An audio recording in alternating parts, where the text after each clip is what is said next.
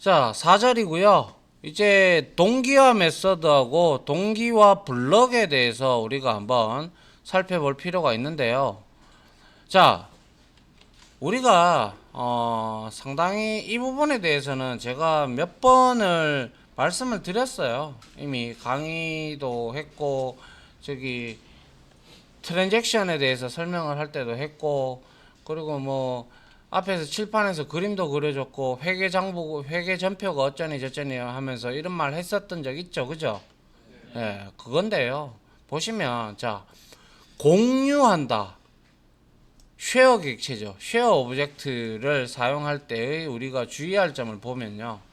자, 멀티스레드가 이제 스레드 1이나 스레드 2가 하나의 객체를 가지고 서로 쓰다 보면 생기는 문제가 발생을 하게 되는데요. 자, 한번 보시죠. 지금 여기에는 공유 객체로 캘큘레이터라는 공유 객체가 있고요. 거기에 캘큘레이터 객체 안에 필드로 되어 있는 메모리라는 필드가 있다라고 가정을 합시다. 그런데 이 객체를 이제 유저 1 스레드나 유저 2 스레드에서 사용을 해야 돼요. 둘 다 사용을 해야 되는데, 이 스레드는 여러분들도 아시다시피 방금과 같이 보셨다시피 CPU 스케줄러, 알 수 없는 스케줄링에 따라서 누가 먼저 접근을 하고 누가 먼저 들어와서 작업을 하고 누가 이렇게 먼저 치고 들어올지 몰라요, 그죠? 맞잖아요. 아닌가요? 맞죠? 그런데 여기 그림상으로 봤을 때 이거는 어디까지나 한 가지의 예를 든 것 뿐입니다. 자, 유저 1 스레드가 생성이 되어서 공유 객체로 캘큘레이터 객체를 포함을 하고 있다라고 치죠. 그리고 나서 이 객체에 접근을 해서 메모리라는 변수에다가 필드에다가 100이라는 정수값을 대입을 했고, 얘는 슬립을 하고 있습니다. 2초간. 그리고 나서 2초 뒤에 출력을 해야 되는데, 출력을 하려고 보니까 자, 그 사이에 2초 사이에 유저2 스레드가 들어온 거야. 그죠? 예. 유저2 스레드에도 공유 객체를 써야 되기 때문에 여기에 필드에 50을 대입을 해버렸어. 그렇게 된다면 이 출력할 당시 유저1 스레드가 출력할 때는 100이 출력이 됩니까? 50이 출력이 됩니까? 50이 출력이 될 거예요. 그죠? 그러면 이거는 신뢰성이 있는 데이터입니까? 아니죠. 분명히 얘는 100을 줬는데 내가 100을 세터를 통해서 주든 뭘 해서 주든 간에 100이라는 값을 저장을 했다면 100이 나와야 정상인데 얘는 50이 출력이 된단 말이지. 이러한 문제점. 그죠? 예. 그런데 유저2 스레드는 뭐 50 넣고 50을 출력했기 때문에 얘한테는 문제가 없을지언정 얘한테는 문제가 있다라는 것이죠. 이러면 안 된다는 것이죠. 그죠? 예. 100을 넣었으면 100이 나와야 되는 게 정상인데 100을 넣었는데 50이 나온다는 것은 아주 잘못된 거죠. 그래서 밑에 텍스트로 제가 적어 놨는데, 여러 개의 스레드가 하나의 객체를 공유를 한다면 원하는 결과값이 이것도 출력이 될 수도 있고 안 될 수도 있겠죠. 그죠? 맞잖아요. 예. 즉 데이터의 신뢰성이 없어질 뿐만 아니라 프로그램 사용자가 원하는 결과를 정확하게 주지 않을 수 있다. 그 이유는 바로 앞에서 살펴본 CPU 스케줄링에 따라서 스레드는 객체, 공유 객체죠. 그죠? 공유 객체의 멤버 변수나 멤버 메서드를 임의로 사용하여 값을 변경하는 경우도 생길 수가 충분히 소지가 다분하죠. 맞나요? 이런 문제점이 있단 말이야. 그러면 이거를 해결하기 위해서 이제 우리가 도대체 어떻게 해야 되는데 라는 게 문제인 거죠. 맞나요? 네. 그래서 우리가 앞서 배웠던 뭐가 있었어요? 동기화 메서드를 만들 때 우리가 쓰는 키워드 제어자. 그렇죠. synchronized라는 이 제어자를 우리는 객체 지향 개념 3장인가요? 거기서 우리 배웠죠. 그죠? 예. 그때 내가 아마 이거 설명하면서 여러분들한테 설명을 했었어요. 이제 그거에 대해서 한번 보도록 하죠. 이렇게 나타나는 문제점을 이제는 이제 동기화 메서드 및 동기화 블록, 즉 synchronized라는 키워드로 제어자로 우리가 제어를 어느 정도 가능을 할 수가 있다. 신뢰성이 있는 데이터로 만들 수가 있다 이 말입니다. 그래서 이 뜻은 단 하나의 스레드만 실행할 수 있는 메서드 또는 블록을 말하는데요. 다른 스레드는 메서드나 블록이 즉 다시 말해서 먼저 들어간 스레드가 그 쉐어 객체, 쉐어 오브젝트를 사용을 할 때, 즉 싱크로나이즈드가 되어 있는 것들에 한해서 말씀드리는 거예요. 그래서 그 싱크로나이즈드가 되어 있는 그거를 사용을 하고 끝낼 때까지 다른 스레드들은 대기 상태로 기다려야 됩니다. 그래서 동기화 메서드를 만들 때는 일반 메서드를 만드는데 리턴 타입 앞에다가 그냥 synchronized 키워드를 이렇게 넣어 주시면 됩니다.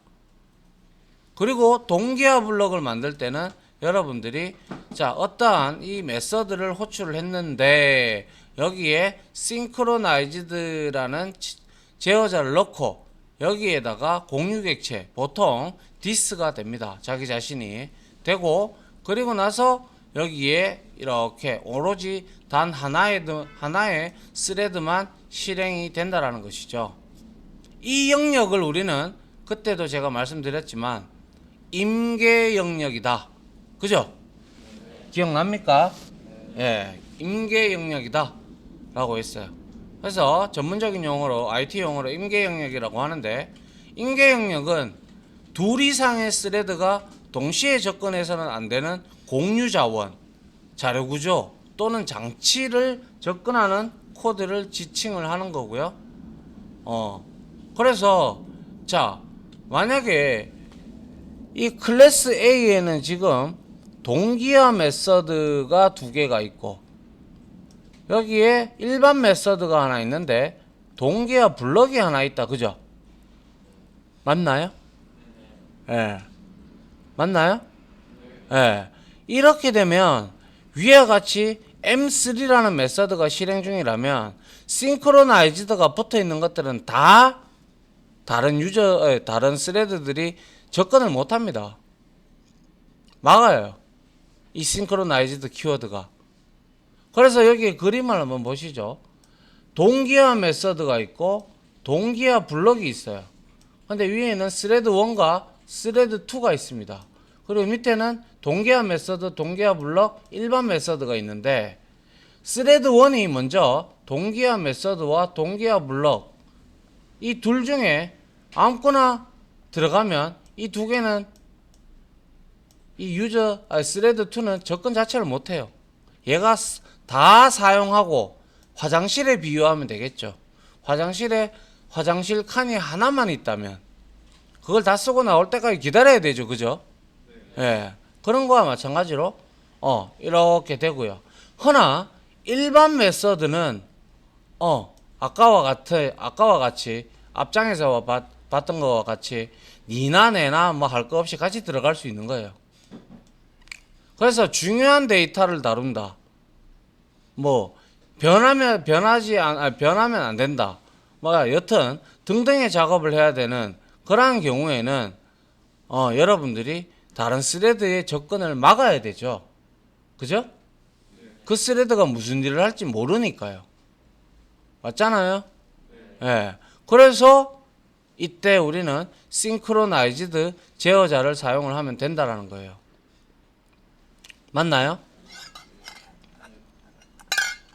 그러면 우리가 앞서 봤던 그림이 이렇게 바뀌는 것이죠. 먼저 유저1 스레드가 접근을 해서 메모리를 100으로 바꾸고 슬립을 했어요. 그리고 나서 출력을 했어요. 아니 접근 못한다 그죠? 싱크로나이즈드가 돼 있으니까 그죠? 그 상태가 바로 우리가 이제 공유 객체를 싱크로나이즈드 키워드가 붙은 것들은 접근 못한다고 해서 우리는 이거를 객체 잠금이 일어난다고 얘기를 해요. 락킹을 시킨다라고 보시면 돼요. 그러면 다른 스레드에서는 여기에 락킹되어 있는 클래스의 일반 메서드나 일반 뭐 그런 거 싱크로나이즈드가 붙어 있지 않은 부분은 사용이 가능하나 싱크로나이즈드가 붙은 거는 절대적으로 사용할 수 없습니다. 그래서 다 쓰고 출력하고 난 다음에 이제 드디어 객체 잠금이 이제 언락킹 풀리면서 이제 유저2 스레드가 접근을 해서 이것을 이렇게 실행을 하면서 얘는 50을 출력할 것이고 얘는 100을 출력을 하고 신뢰성 있는 데이터를 출력을 하게 되는 것이죠. 맞습니까? 이게 바로 동기라는 개념이죠.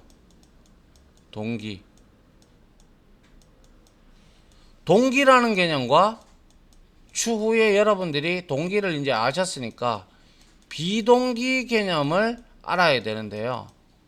자, 요거는 제가 앞에 나가서 잠깐 설명을 좀 하도록 하죠. 그래서 앞에서 칠판에서 제가 설명을 드렸듯이 이렇게 동기화란 하나의 스레드가 메서드나 블록을 실행을 할 때 다른 스레드의 접근을 막는다. 즉 객체를 잠가버리는다 했고 그러면 데이터의 정확성은 당연히 보장이 되겠죠. 그죠?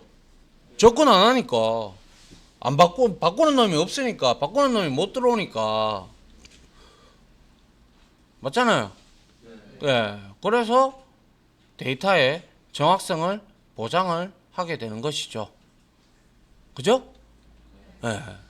다만 이거의 단점은 이제 여러분들 여기다가 좀 적어 두세요. 현 시대 그러세요. 현재 시대 현 시대라고 하는 게 낫겠네요. 현 시대는 이제 동기에서 비동기로 가는 추세이고 또한 SQL에서 NoSQL로 가는 시대이다라고 이렇게 여러분들이 적어 두시면 나중에 도움이 되겠죠. 그죠? 이렇게 글자 크기를 11 한 9로 이렇게 바꿔 두시면 되겠네요. 그러면 여러분들이 나중에 이렇게 보시고 확인하면 되시죠. 그죠?